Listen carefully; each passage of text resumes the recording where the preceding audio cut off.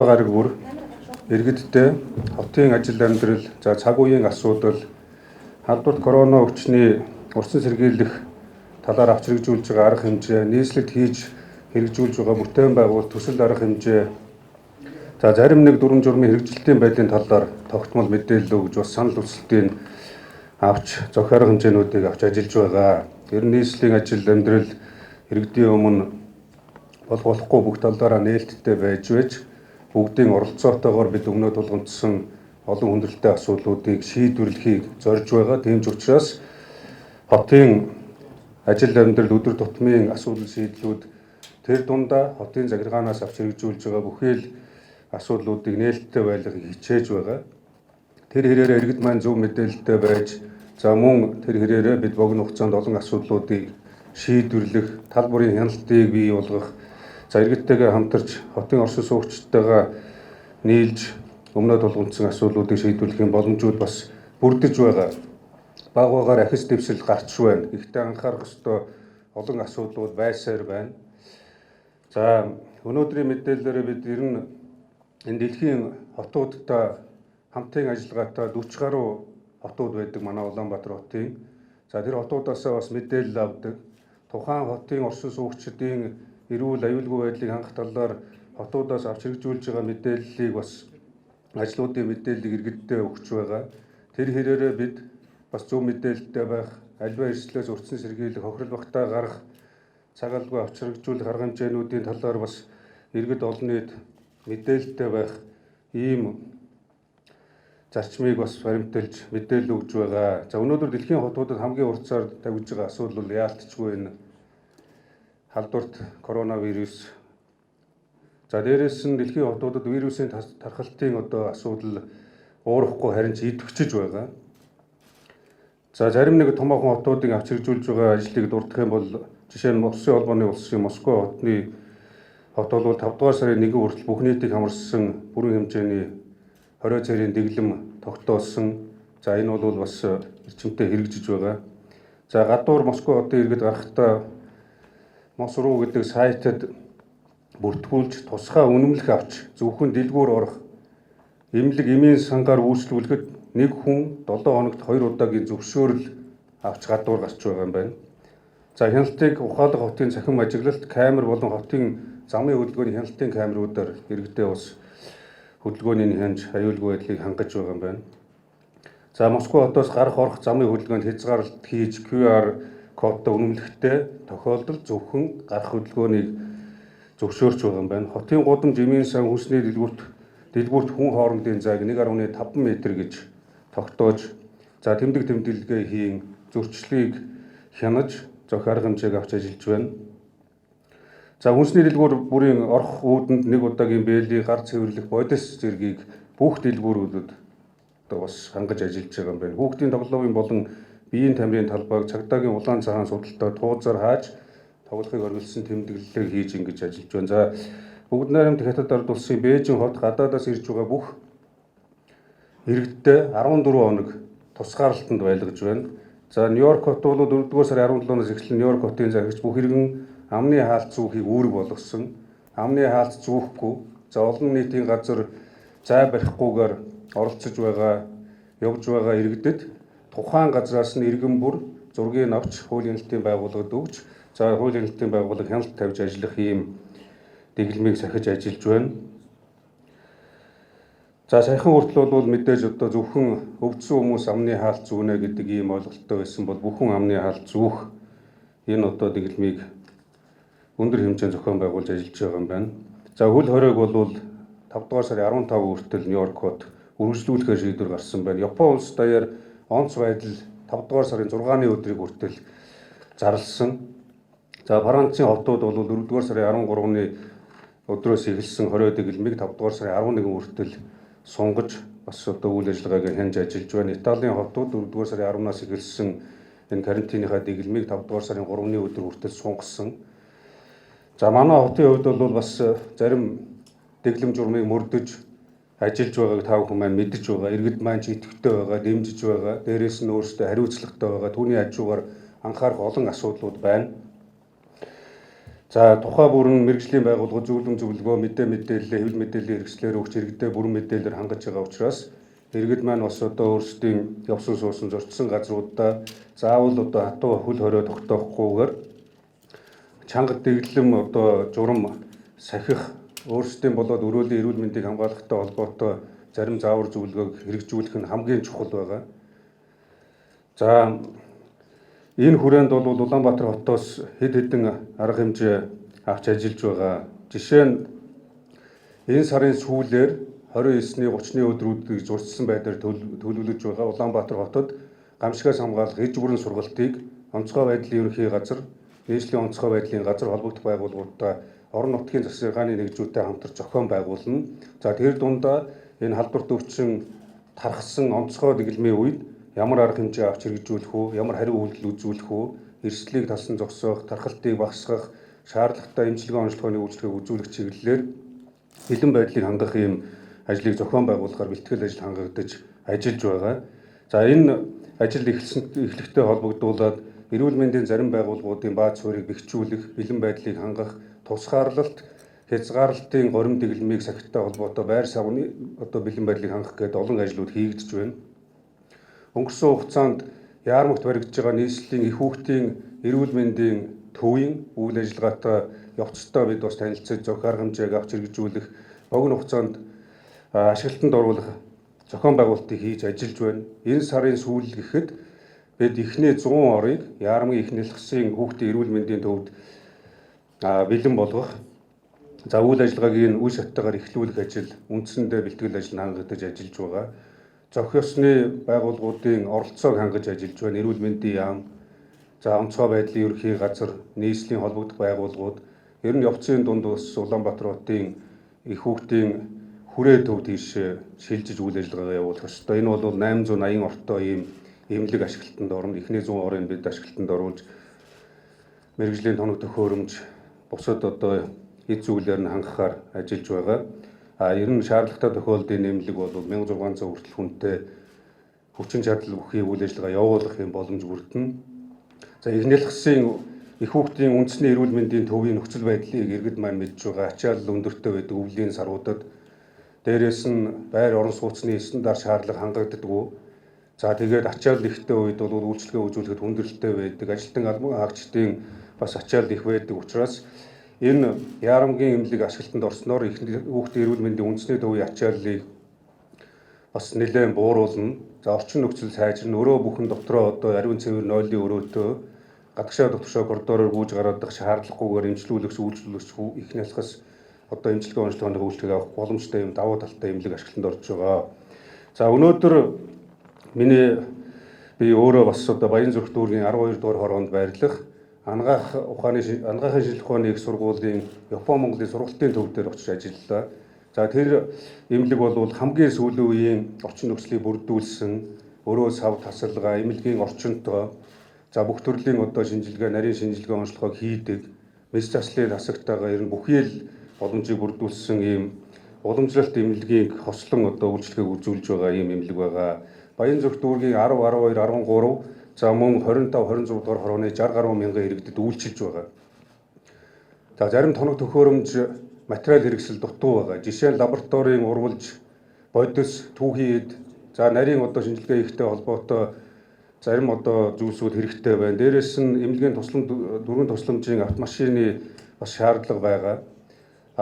Төлөвлөгөө ёсоор бол бүх тоног төхөөрөмж, за амьсгалын аппарат, бусад эмчилгээ хийхэд шаардлагатай тоног хэрэгслүүдийг эмнэлэг зүүн бүтээгдэхүүнүүдийг бид нийлүүлэх юм ажил зохион байгуулагдж байгаа талаар бас эрчимжүүлэх ажлыг хийж байна. Улсын онцгой комиссад бас танилцуулна. Эрүүл мэндийн сайд, боловсролын сайдтай ярилцаж энэ сургалтын төвийн зарим шаардлагатай тоног төхөөрөмжийн худалдаа авах үйл ажиллагаа, нийлүүлэлт хангалтын асуудлыг ойрын хугацаанд шийдвэрлэх ийм одоо шийдэлд хүрээд ажиллаж байгаа. За өнөөдөр ажиллахдаа бол шаардлагатай бодис сурвалжийн төсөв санхүүг шийдвэрлэх, түргэн тусламжийн 2 автомашиныг энэ сургалтын төвд шийдвэрлэж өгөх асуудлыг газар дээр нь шийдвэрлэж ингэж ажиллалаа. За эдгээр эмнэлгүүд ашиглалтанд орсноор Баянзүрх дүүргэх энэ сургалтын төв бол 100 гаруй өвчтөн хүлээж авах юм бүрэн онуулгдсан өрөөнүүд байна. За Яарамгийг сая ярьсан учраас энэ 4-5 дугаар сартаа багтаж бид хотынхоо баруун зүүн захт төвлөрсөн маягаар цаг үеийн нөхцөл байдалтай уялдуулан халдвар төвчнөөс өргөсөн сэргийлэх ажлуудыг зохион байгуулах бэлтгэл ажлыг хангаж ажиллаж байгаа. Цаашдаа бас хийж хэрэгжүүлэх олон ажлууд бий. Тухайн бүрэн та бүхэндээ мэдээллийг өгч ажиллана. За ямар ч байсан иргэдийн санаа зовсон, орчин суугчдын хүндрэлтэй асуудал болсон энэ их хүүхдийн эрүүл мэндийн төв, эмчилгээ онцлогооны асуудлууд бас үе шаттай хэрэгжиж явж байгаа гэдгийг та бүхэндээ дуулгая. За дараагийн асуудал бол өнгөрсөн 7 хоногт коронавирусээс урьдчилан сэргийлэх ажлыг бид чангатгаж бас эрчимжүүлэхийн зэрэгцээ хотын эдийн засгийг нийгмийн асуудлуудыг шийдвэрлэх иргэдийн санал хүсэлт бас хэдийгээр одоо энэ тархалт бусад хот орнуудад эрчимтэй өрнөж байгаа ч гэсэн манай улсын дотоод хот дотор илрээгүй гараагүй тархаагүй учраас хариуцлага өндөржүүлэх замаар эдийн засаг нийгмийн ажил амьдралын асуудлуудаа зохих хэмжээнд нь шатараалтайгаар нээж үргэлжлүүлж идэвхжүүлэх ажлууд засгийн газраас өгсөн чиглэл үүргийн дагуу бас хэрэгжиж эхэлж байгаа. За аж ахуй нэгж байгууллагын санал хүсэлтэн дээр тулгуурлаж зарим нэг стандартын шаардлага хангасан амралтын газрууд, буудал, усанд орох газрууд, за йогийн болон бусад төрлийн фитнес клубүүдийг хоорондын зай барих, за ариутгал халдваргүйтлээ цаг тутам хийх, иргэд үйлчлүүлэгчдэд тавих шаардлага өндөр тавьж ямар нэгэн эрсдэл үүсэхгүйгээр аль нь хариуцлагатай энэ ажлуудаа үргэлжлүүлэх боломжийг нээж өгч байгаа.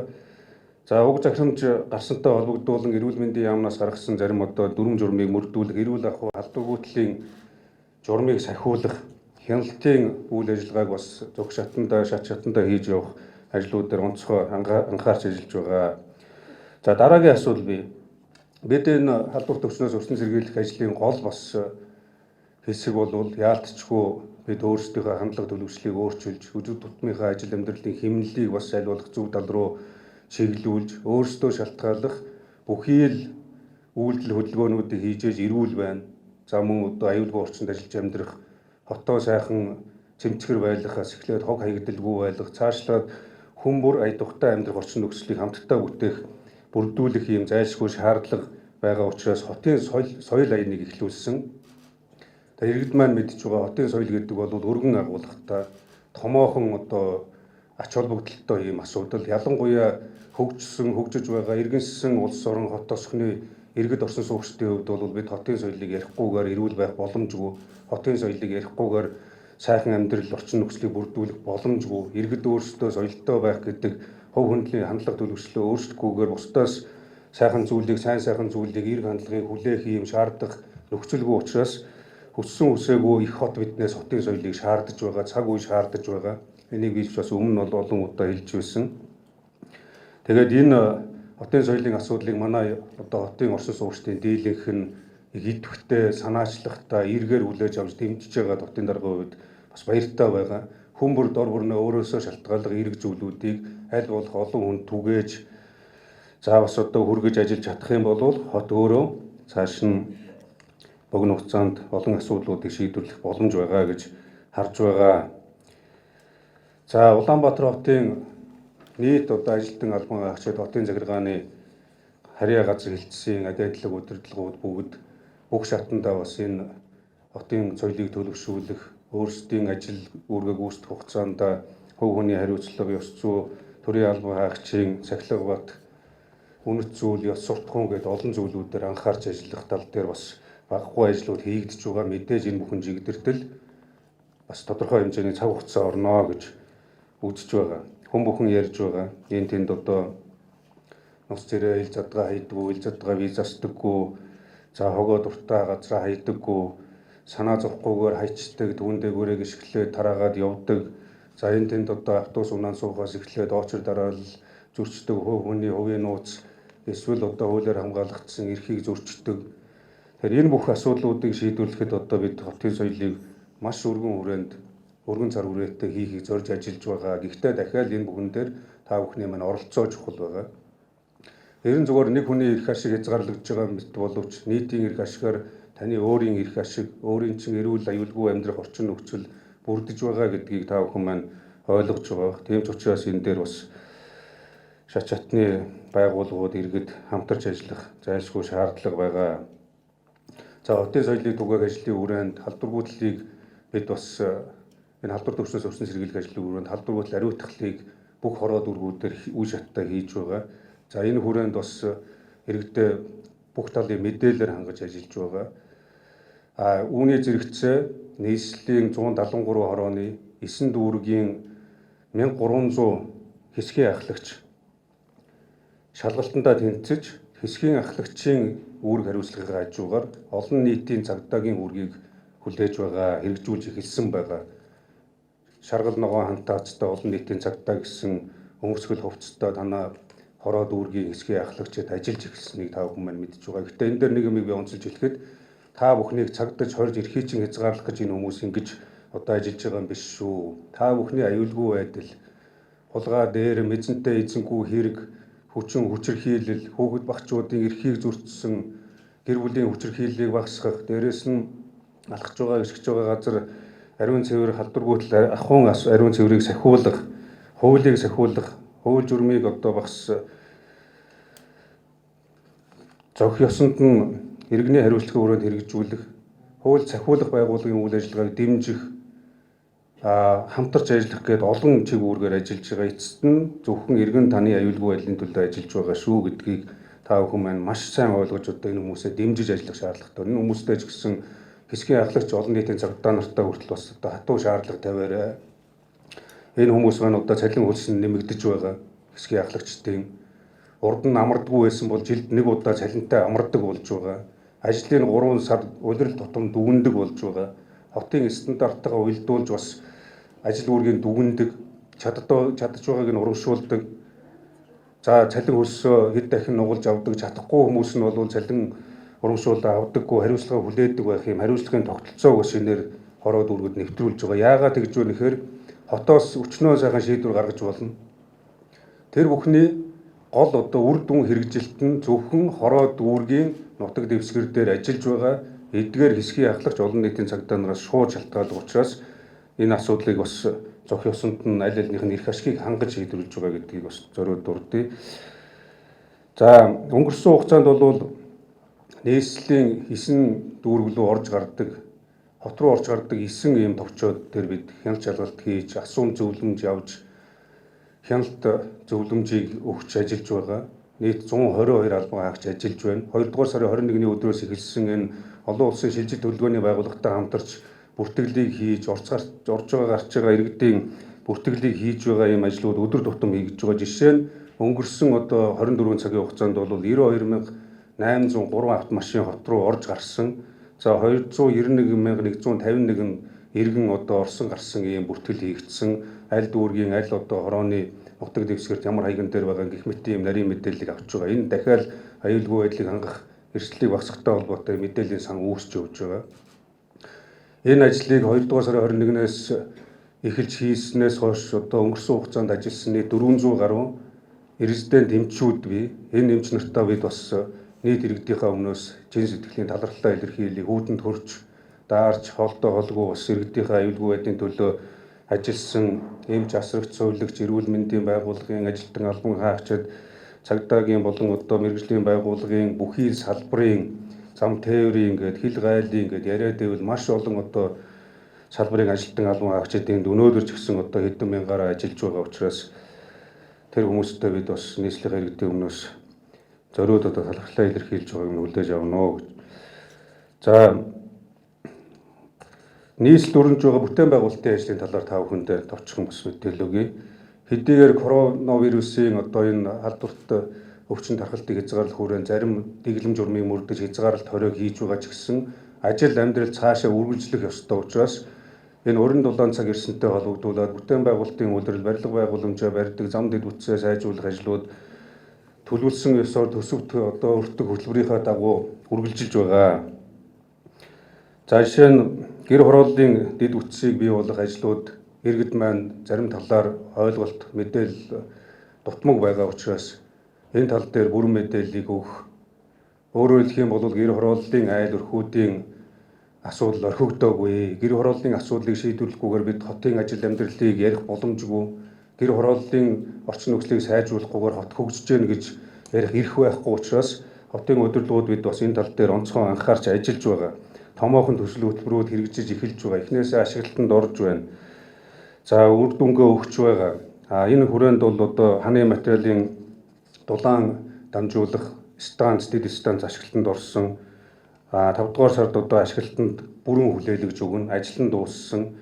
За энэ хүрээнд бол Хилчин отхон Баян Хошуу, за Жандсан орчмын 11 мянган айл өрх үйлдвэр үйлчлэгээний байгууллагууд тэнд дулаанд холбогдох, цэвэр бохир уст холбогдохын боломж бүрдэж байгаа. Орлогот нийцсэн орон сууц буюу түрээслээд өмчилдөг орон сууцны ажлууд тэнд эхэлсэн. Эхнээсээ газар чөлөөлт хийгээ 5 га газар 80-50 айлын газар чөлөөлт хийгдсэн явж байгаа.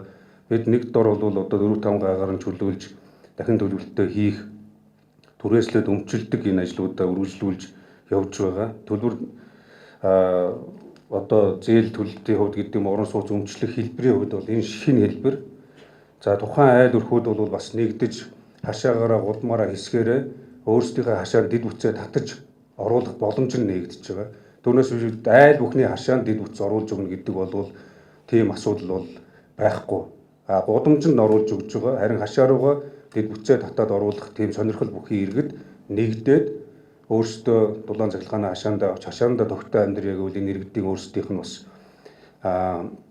зохион байгуулалтаас шалтгааллах ажил учраас иргэд маань энэ дээр эхнээсээ хашаандаа сайхан амьдр гэж групп байгуулад эхнээсээ бие биенээ дэмжиж ажиллаад явж байгаа олон сайхан жишээнүүд бий. Хот бол яг удамд нь дэд бүтцийг оруулж өгнө. Айлууд бол цаашаа өөрсдийнхөө байшин савны хэмжээ дамжаанд тааруулаад дулаанаа татж авах ийм боломж нь бүрдэж байгаа. Чингэлтэй дүүргийн 7 дугаар хороонд сервис центр ашиглалтанд орсон. Одоо 200 гаруй айл өрх холбогдсон. Дараагийн айл өрхүүд нь өөрсдөө гудамных нь үзүүрт түргээд өгсөн, орчин нь хүргээд өгсөн цэвэрлэх байгууламж, дулааны станц, за цэвэр бохир усыг хашаа руугаа татаад бусад айлуудынхаа жишгээр одоо энэ төсөлдөө хамрагдах, дэд бүтцээ татах боломж нь нээлттэй байгаа. За энэс гадна бол Сэлб дэд төвийн станц удахгүй ашиглалтанд орно. Энэ сарын 5 дугаар сарын 15-нд ашиглалтанд орох ёстой байсан 29 мегаваттын хүчин чадалтай. За тэр орчимдоо бол одоо олон мянган айл өрхийг хангах юм боломжтой. Бүх ажлууд нь хийгдээд дуусах байсан боловч одоо энэ халдвар төвчний улмаас хөл хорой цээрээс шалтгаалаад тодорхой 2-3 сарын хугацаагаар ажил хооширлж байгаа хэдий ч бас алдсан хугацаагаа нөхөхийн төлөө холбогдох байгууллагууд, гүйцэтгэгч компаниуд ажиллаж байна. Чингэлтэй дүүргийн 18 дугаар хороонд 240 ортой хүүхдийн цэцэрлэг, за мөн бизнес инкубатор төв, сургалтын төв ашиглалтанд орох одоо ажил нь хийгдэж үндсэндээ ажил бол 90 гаруй хувьтай хийгдэж байна. 5 сарын 31 гэхэд энэ цэцэрлэг, сургалтын төв, инкубатор төв, мэдээллийн төв ашиглалтанд орно.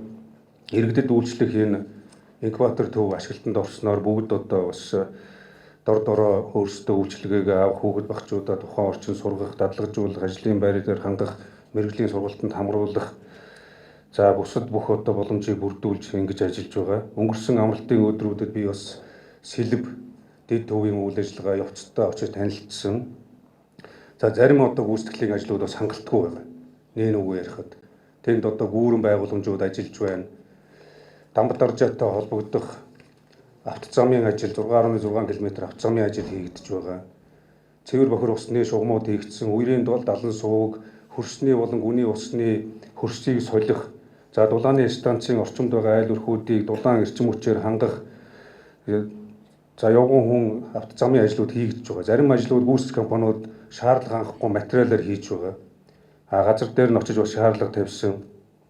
Явган хүний замыг бүгдийг дахиж одоо шинжлэх зайлшгүй шаардлага байгаа учраас тэр чанартай бат бөх урт хугацаанд ашиглаж болох хууц, нар бороо ус салхинд одоо илэгдэж хорогдохгүй ийм зүйлүүдээр хийхийг одоо бас үүрэг даалгавар болгож хяналт тавьж ажиллах, зарим одоо хяналтын ажлуудыг өшөө сайжруулах ажлууд байгаа гэдэг дээр бас санал нэгдсэн ажиллаж байна. За ямар ч тохиолдолд бол хот хийж гүйцэтгэж байгаа ажлууд дээр стандартыг хангадаг байх, чанарыг хангадаг байх ажлуудыг хийхийг шаардж байгаа. Хотын стандарт орчны аюулгүй байдлын газар гишүүнээр бий болсон үйл ажиллагаанд жигдэрч байгаа эдгээр ажлуудад мэрэгжлийн хяналтын байгууллагатай хамтарч хяналт тавьж ажиллана. Бүтээн байгуулалт зам одоо цэцэрлэг гээд бүхий л ажлууд бас иргэд маань өөрсдөө тэр гүйцэтгэж байгаа компани үр хүүхдүүд, ах トゥ амар гсадан найз нөхөд цаашлах юм бол ард иргэд бүгд урт хугацаанд аюулгүй үйлчлүүлэх талыг гүйцэтгэж байгаа компанич, тэр гүйцэтгүүлж байгаа хотонч, тэр холбогдох хяналт тавьж байгаа хүмүүсийн гэсэн зүгээр нэг хэлбэр төдий, ёс төдий биш. Сэтгэлээсээ яг өөрийнхөө гэр орны одоо тогтчлт зохион байгуулалт ажил үүрэгт яаж ханддаг вэ? Яг тэр шиг өөр юм шиг эзний ёсоор сэтгэлээрээ ханддаг юм асуудал бол хаа сайгүй ингэж одоо дутагдж байна. Хариуцлага гүйцэтгэл дээрээс нь хяналт дутагдж байгаа. Энэ бол бас олон жил ингэж явж ирсэн, хяналтгүй явж ирсэн, олон одоо салбарт түгээмэл бий болсон энэ ажлууд бол бас богино хугацаанд засагдахад цаг хугацаа шаардлагатай хэдий ч бид хэдий нэрээр хичээж чадсан төдий хэмжээнд хурдан энэ одоо асуудал зэгцэрнэ гэж ойлгож байгаа. За тендер авсан нэрээ төсвийн хөрөнгийг завших асуудал. Дээрээс нь чанаргүй энэ тентхийн өөрсдийн хаягдал бараа материалыг авчирч шахдаг байдал. Нэг барилга барилаа гэхэд ирээвэр хураавар одоо хаалгуу, цойж, туурга, дээрээс нь одоо шал ханы материал гэж авчирдаг. Өөрсдийн бизнесийн шугамар барьсан барилга байшингуудынхаа хаягдал илүүдлийг авчирч нийлүүлж хийдэг ийм тохиолдол их байна. Чингэлтэй дүүргийн сонгон хайрхын дүүргийн 8 дугаар хороо, 9 дугаар хороо, 24 дугаар хоронд хийгдсэн сургалтын төв, бизнес инкубатор төв өнгөрсөн 10 сард ашиглалтанд авах гээд очиж үзэхэд шаардлага хангаагүй байсан учраас тэр одоо бүх зүйлүүдийг солиулж дахиж одоо шаардлага хангасан материалаар хийсэн учраас одоо ашиглалтанд ороход бэлэн эхнээсээ үйл ажиллагаа эхлээд явсан байгаа. Тэгэхээр аж ахуй нэгжүүдтэй ч гэсэн бид нар энэ шаардлагыг цаашдаа тавьж явна. Дээрээс нь энэ асуудал хариуцсан байгууллагын үйл ажиллагаа бас хангалтгүй байгаа учраас шат шатанд хариуцлага тооцож ажиллах цаашаа үргэлжилнэ гэдгийг энд албан ёсоор хэлье. За ер нь зүгээр иргэдээс ирж байгаа гомдол байгаа. Энтэй холбогдуулаад хэлэхэд иргэдийн хувьд бол одоо ирж байгаа гомдол бол дийлэнх нь зураг төсвийн дагуу баригдаагүй, дуусаагүй барилгыг улсын комисс хүлээж авч байна. Иргэдийг хохироож байна гэдэг ийм гомдол судалгаагаар дийлэнх нь гарч байгаа. Хоёр давхар нь ашиглалтанд орсон байдаг, дээд давхар нь ороогүй байхад хүлээгээд авчдаг. Үйлчлэгээнийх нь ашиглалтанд ордог, орон сууцных нь болоогүй байхад хүлээж авдаг. Үүнээс болоод бол иргэд асар ихээр хохирч байгаа. Чанарын шаардлага хангахгүй байрыг улсын комисс хүлээж аваад иргэд жил болохгүй таас турган нураад ундаг. За фасад одоо будаг нь хухраад ундаг ийм асуудал зөндөө байгаа учраас цаашдаа энэ улсын комиссийн үйл ажиллагаанд бас илүү хатуу шаардлага, за хариуцлагатай зохион байгуулалтыг хийх ийм асуудал бас хөндөгдөж байгаа. За худалдсан одоо иргэддээ бол гэрчлэгийг гаргаж өгдөг, үйл хөдлөх хүр гэрчлэгийг өгдөггүй. За ямар нэгэн байдлаар одоо эвдэрсэн хэмхэрсэн зүйлүүдийг засч өгдөггүй ийм асуудал байгаа. Энэ бол шууд улсын комиссийн үйл ажиллагаатай шууд холбоотой. Барилгын компаниудын бас хариуцлагагүй хэд их ашиг харсан эргээд одоо чанар дээр анхаардаггүй ийм асуудал их анхаарал татж байгаа. Тэгэхээр бол аж ахуй нэгжүүд, улсын комисс за бүр цаашлах юм бол бүрэн дуусгаагүй байж хүүхдийн тоглоомын талбай, автомашины зогсоолчгүй юм байр хүлээгээд авчирдаг байдаг. Энэ бүхэнд оролцогч талуудыг ил тодорхой нээлттэй мэдээлж бас зохих ёсны хариуцлагын тооцож ажиллана. За өнөөдрөөс эхлээ иймэрхүү барилгуудын судалгааг одоо гаргаж нэгтгэж үндсэндээ дуусч байгаа учраас буруутай буюу иргэдийг хохироосон албан тушаалтан, аж ахуй нэгжүүд, бусад одоо хүмүүст бол зохих ёсны хариуцлагыг тооцож цааш нь найлуулах, чиглэлдүүлж ажиллах дээр холбогд байгууллагууд анхаарч ажиллана. Ялангуяа хотын стандарт орчны аюулгүй байдлын газар, мэргэжлийн хяналт, за хөрөнгө оруулалтын газар гэж нийслэлээ байгаа, хяналт тавьдаг. Тэгээд эдгээр байгууллагын ажилтан албан хаагчид бас хариуцлагагүй ажиллаж байгаа зүйлүүд байгаа. Бид ер нь хариуцлага алдаж байгаа зүйлээ хаана нээлттэй ярих ёстой. Болж байгаа бүтэж байгаа зүйлүүдээ бас нээлттэй ярьж цааш нь сайжруулах, хөгжүүлэх ажлуудаа зэрэг хийж явах ёстой. Түүнээс биш одоо болохгүй байна гэдээ болохгүй зүйлээ нуугдаг. Болж байна гэдээ болж байгаа нэг жоохон асуудлаа дүүйлэгдэг ийм асуудал хандлага хаа сайгүй их байгаа учраас ер нь хаана анхаарч ажиллах олон ажлууд байна. За ерөнхийдөө өнөөдрийн иргэддээ өгөх мэдээлэл бол энэ хүрээд дуусч байна. Одоо асуултууд ирсэн байна.